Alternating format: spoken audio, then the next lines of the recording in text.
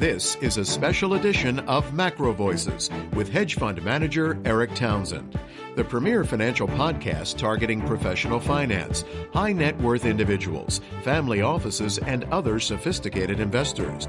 Now, for this special edition of Macro Voices, here's hedge fund manager Eric Townsend. Macro Voices All-Stars episode 96 was recorded on March 9th, 2020. I'm Eric Townsend. This episode of Macro Voices All-Stars is brought to you by TopTradersUnplugged.com, the leading podcast when it comes to quant and rules-based investing. I'll tell you how to claim a free copy of their new guide to the best investing books ever written at the end of this episode. Joining us once again is JDI Research founder Juliette Declercq. Juliette, you have had some exceptional calls this year, notably on global fixed income and on the U.S. dollar. But at least initially, you were reluctant to turn too alarmist on the COVID-19 coronavirus situation, despite my several emails encouraging you to be alarmed. So I think it would be interesting for our listeners to understand your thought process, given that you were initially inclined to kind of fade that risk-off move, but I know that in a recent letter to your subscribers, you've kind of changed that story completely. So what's going on? How do we get here? What do you see on the horizon? Eric, this is a great question and actually the perfect place to start the interview. The virus was not on my radar at the end of January, or at least not enough. And I would like to thank you on behalf of all Macro Voices listeners who are flexible enough to also listen to and extract value from what they would rather not hear because it did not suit their portfolio. You have put the issue repeatedly on JDI Research radar, and I would like to thank you for this. Personally, I do struggle to make recommendations on something that I have not properly researched myself. So I hold you personally responsible for many of the sleepless nights I had in February, frenetically getting expertise on the subject. But I think that really explains the anger that you have received from some people who just don't have time to get their head to the subject. Okay, I got it. So if anything is wrong in what you say next, it's my fault. We got it. Okay, go ahead. Of course, I remain way out of my depth here. But for those who are still unsure about how to think about this virus, this was my thought process. There are two ways for authorities to deal with the pandemic: containment and mitigation. Containment is the strategy that basically freezes your economy, and the strategy markets are most freaked out about. And mitigation is basically accepting the disease, as the British would say, keep calm and carry on, and treating it as it comes, which is normally the right strategy to apply when the mortality rate is relatively low.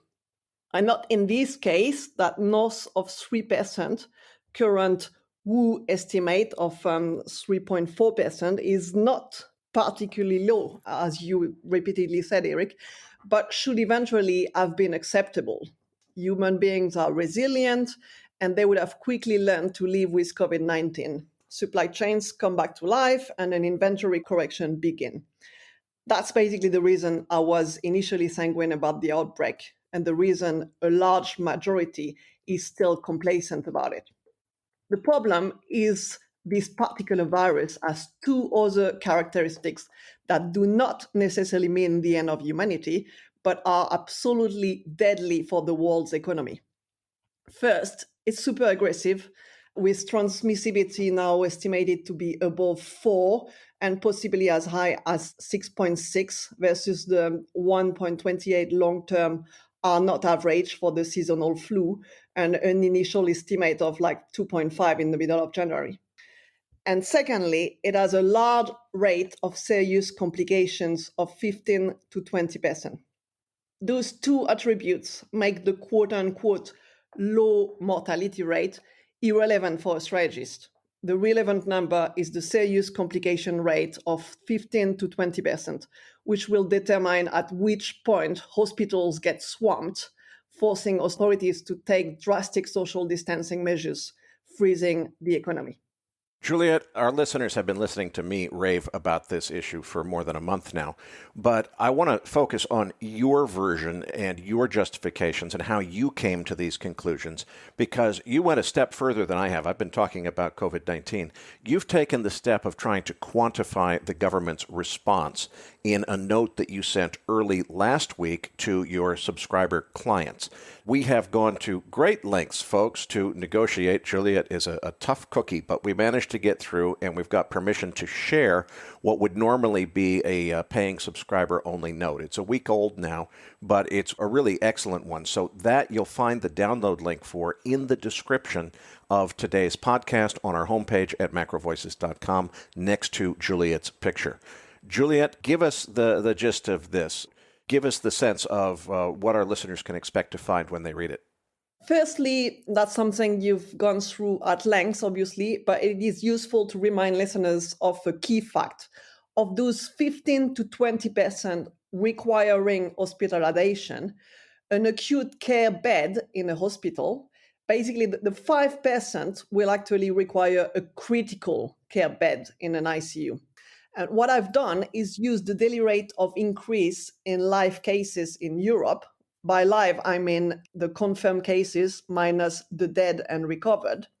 And that's been growing over the past 10 days in Europe between 20 and 30%. And that should basically give us a gauge of when hospitals in Europe would actually be swamped. The reason I've used Europe as my case study is firstly because I trust the data there, and I've been able to speak directly with ICU heads in France and Italy. It should, however, be noted that Italy is now omitting asymptomatic cases from their statistics, despite obviously them being equally relevant because of the asymptomatic transmission. And France is also no longer testing non-severe cases in cluster area.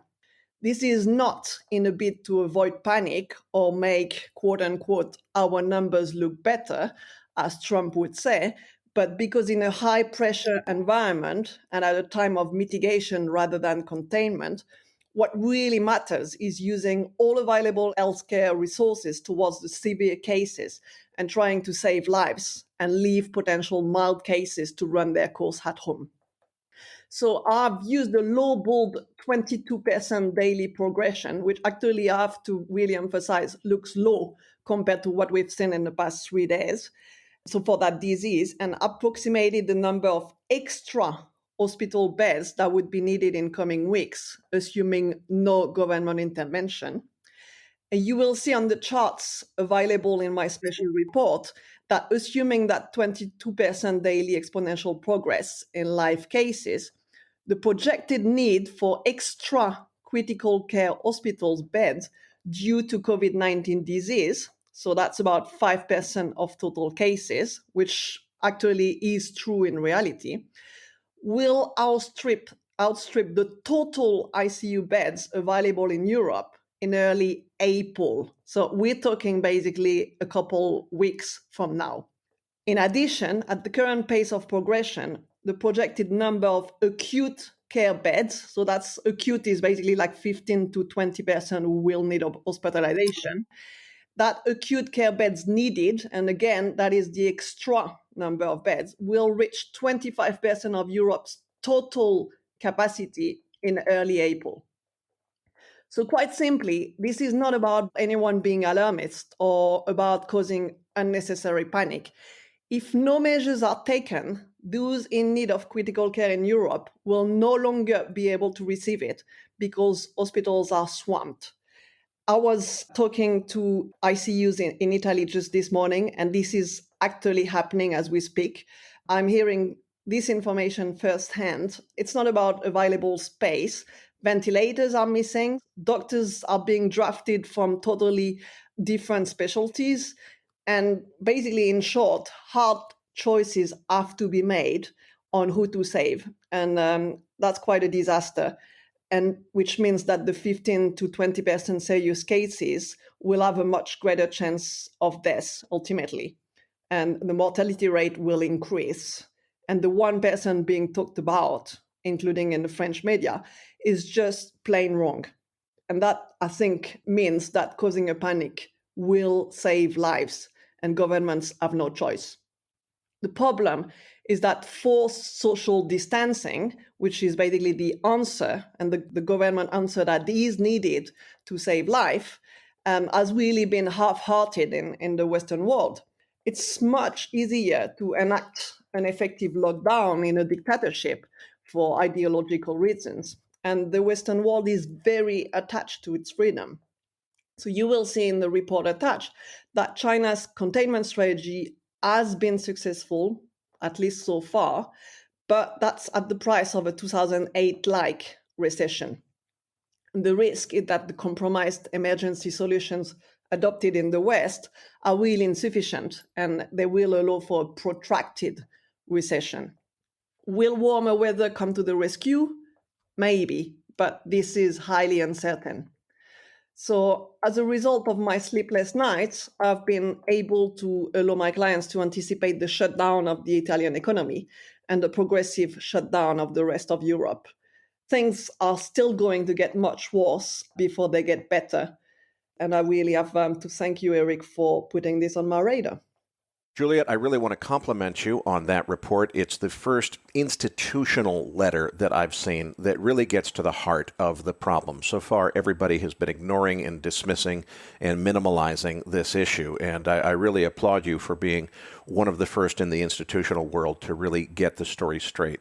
I'd like to suggest, though, you, Juliette, are a very mathematical thinker. The profound implications of a 20 to 25% daily growth rate are intuitively clear to you, but they're not to most people. Something I've learned about this is it seems to be more effective to talk to people not about daily growth rates, not about doubling times, which is kind of a standard in epidemiology, but I'm finding people relate a lot better to the order of magnitude time, the times 10 time. So if we look at cases just outside of China, because the China situation, first of all, we don't trust the data, and second of all, they're past their peak now. We really want to look at the case growth outside of China, and it went from 1,000 cases to 10,000 cases. That's a times 10, one full order of magnitude, in 13 days. Now, it might be tempting to say, well, surely that couldn't happen again. Actually, it's accelerated since then. So the next times 10 might be less than 13 days, but let's assume it is 13 days. That was from March 2nd. That gets us to March 15th, should be when we hit 100,000 cases outside of China. And then March 28th is when we could expect to see 1 million cases outside of China and 10 million cases outside of China by the middle of April. Now, for sure, we're not going to see reported numbers anywhere close to that high because governments simply don't have the capacity to do anything close to that kind of testing. But I think that infection rates are going to continue on that trajectory until extreme social distancing measures are taken. And as you said, Juliette, it just doesn't compute in the West. The notion of the government telling everybody you're not allowed to leave your house, you're not allowed to associate with other people, it's in the interest of the public health. That's not going to fly in a lot of places in Europe and the United States. So what do you see for the United States? So I think this is the right question because even if you look inside Europe, the viability of critical care beds is very large, and you would much rather catch the disease in Germany than in UK. And I've actually added a chart in the report that will be available on your website. The US also does not look good in terms of beds availability per inhabitant. And what will compound this problem is obviously the lack of social security.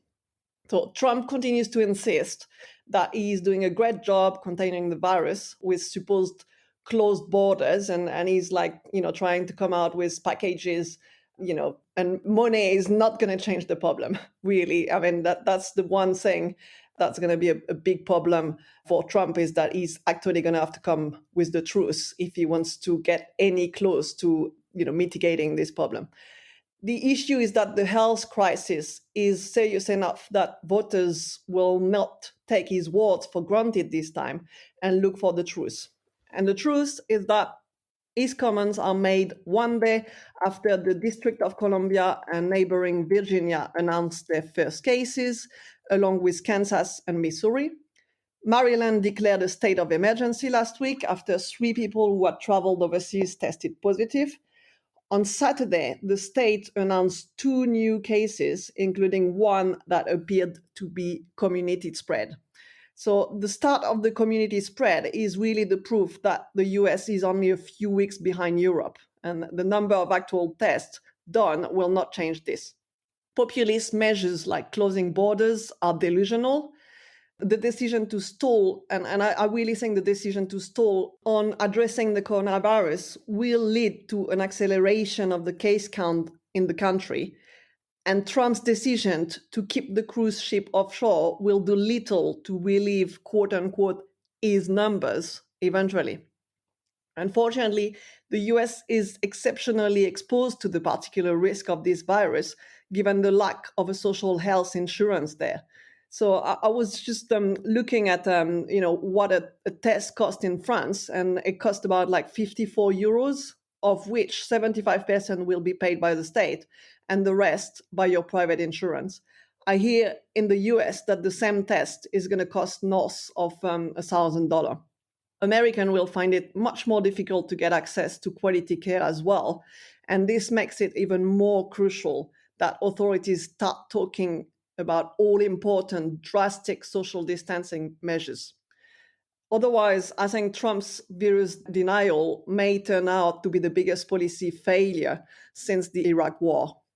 I think France and Germany are about 2 weeks behind Italy in terms of the explosion of the disease, and the US is probably another 2 weeks behind. This is the window of opportunity to start panicking to save lives. Juliette, as I mentioned earlier, you've written an excellent report that was sent to your subscribers last week entitled A Roadmap to Trading COVID-19. Obviously, the full details are available by downloading that. Again, folks, it's on the homepage at macrovoices.com next to Juliette's picture in the description of today's podcast. But for those who are on the road or at the gym, can you give us some quick pointers on what they can look forward to learning about from that letter?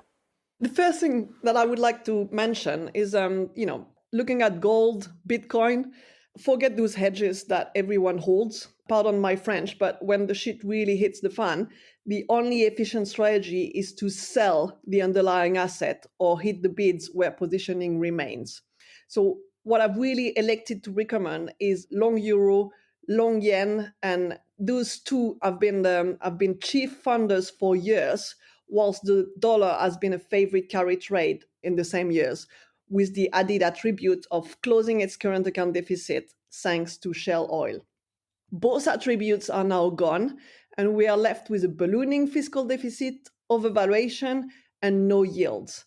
If you need hedges, this is where I would really recommend you have to go. If you do not need hedges, sell dollar rallies to stay ahead of the game in this recession.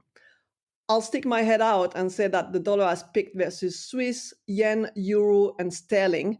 I could actually see 1.14 euro dollar in the next couple of years and get ready for 95 in dollar yen. The reason the dollar did not react last year to the shrinking interest rate differential with other DMFX was that low volatility made the shrinking carry still irresistible. With much higher volatility, those entrenched carry trades will hurt for days and weeks to come. In the same vein, EMEG, emerging markets, did not react to the sharp deterioration in the global outlook in 2019 because the carry was just too good to ignore. Selling EMFX has been one of my main recommendations this year versus euro and dollar, and I continue to see downside as just unwinding the overvaluation that built over the past 2 years rather than rebuilding value. I've been focusing on the South African rand and the Brazilian real, but the breakdown in copper's 5-year head and shoulder formation and this weekend's breakdown in OPEC will only accentuate these moves in the rest of emerging markets. As far as equities are concerned, I'm not looking for depression yet, just a recession. And I think the divide, if you look at SPX, is around 2,600, which is the bottom of the post-global financial crisis channel and the 200-week moving average. There, I would look to rebuild long-term equity exposure because I don't believe that authorities are out of ammunition. This is something that I've discussed at length in the past. The next step is monetary and fiscal cooperation, potentially with government holding transparent people QE accounts managed by the central bank. The problem really with a fiscal response at the moment is it takes a long time first, and it's totally untransparent for markets versus, say, a 50 basis point emergency cut. So we need to basically bypass that issue and have a direct and transparent account held by the government and managed by the central bank. Forget about inflation targeting, forget about the Fed and ECB ongoing reviews.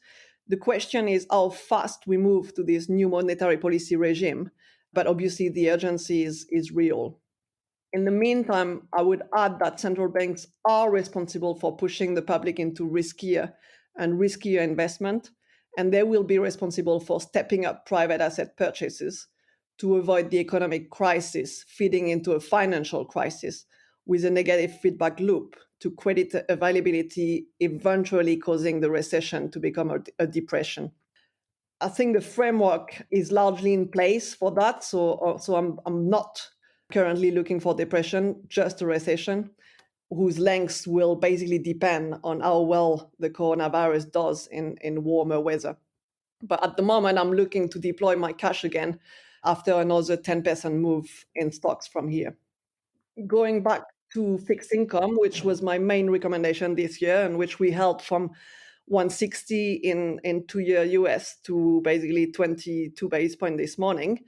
We also had short US inflation break-evens, and the question is now whether we will trade below zero on US treasuries.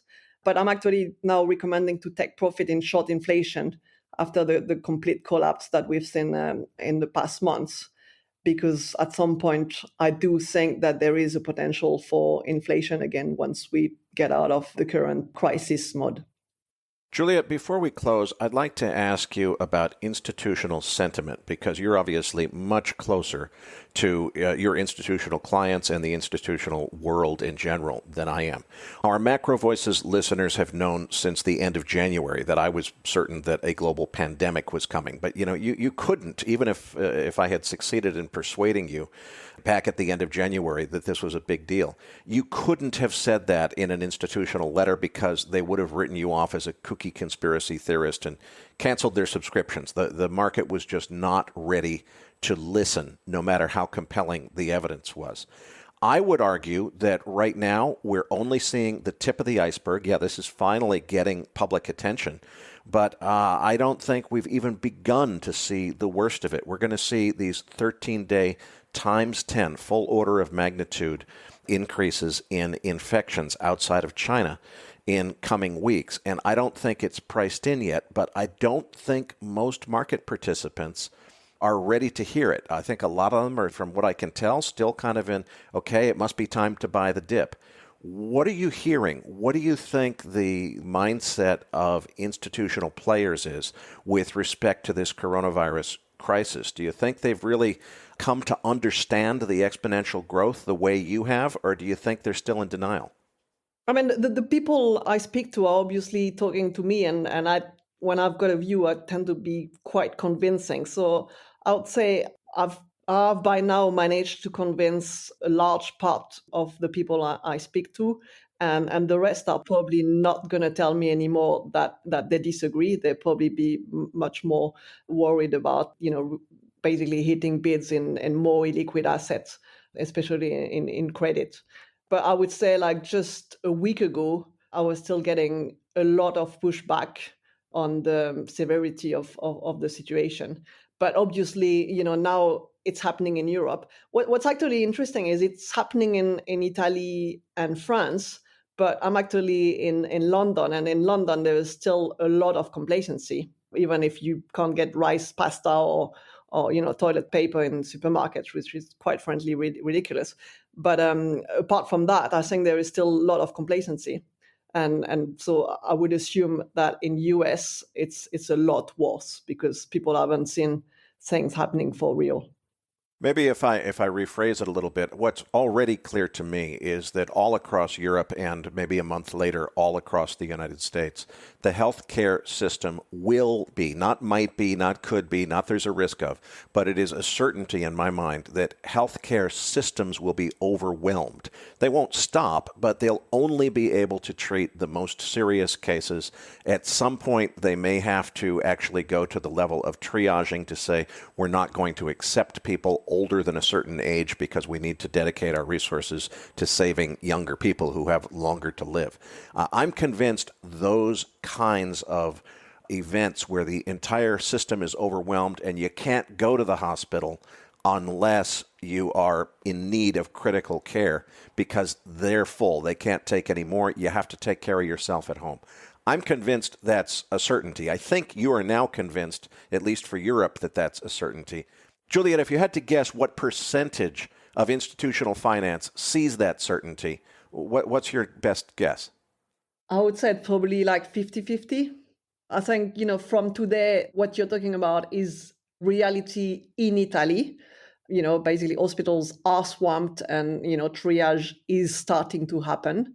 It's not the case at all in France where, I haven't spoken to any hospitals that are feeling that, they're swamped yet. So I would say probably like 50-50 in terms of what institutions are seeing the severity of the situation. And my best estimate would be like, when we really see cases explode in the US, that's when you probably want to start, rebuilding a bit of equity exposure. Okay, so wait for the worst of the news to hit the U.S., that panic selling, when all of a sudden logic and reason go out the window because those professional traders in New York City are worried about their own families and their own lives. Emotion kicks in. That's where the panic selling happens. That's the time to buy the bottom. That's my current feeling, yeah. Okay, well, we'll look forward to getting you back for another update so we can stay in touch and stay on top of how that current viewpoint evolves from here. This episode of Macro Voices All-Stars was made possible by TopTradersUnplugged.com, the leading podcast on quant and rules-based investing. Be sure to claim your free copy of their recently updated guide to the best investing books ever written at TopTradersUnplugged.com/macro guide. And if you haven't heard it yet, be sure to check out my full-length interview with Niels Kastrup-Larsen on trend following strategies, which is linked in your Research Roundup email. For the Macro Voices Podcast Network, I'm Eric Townsend.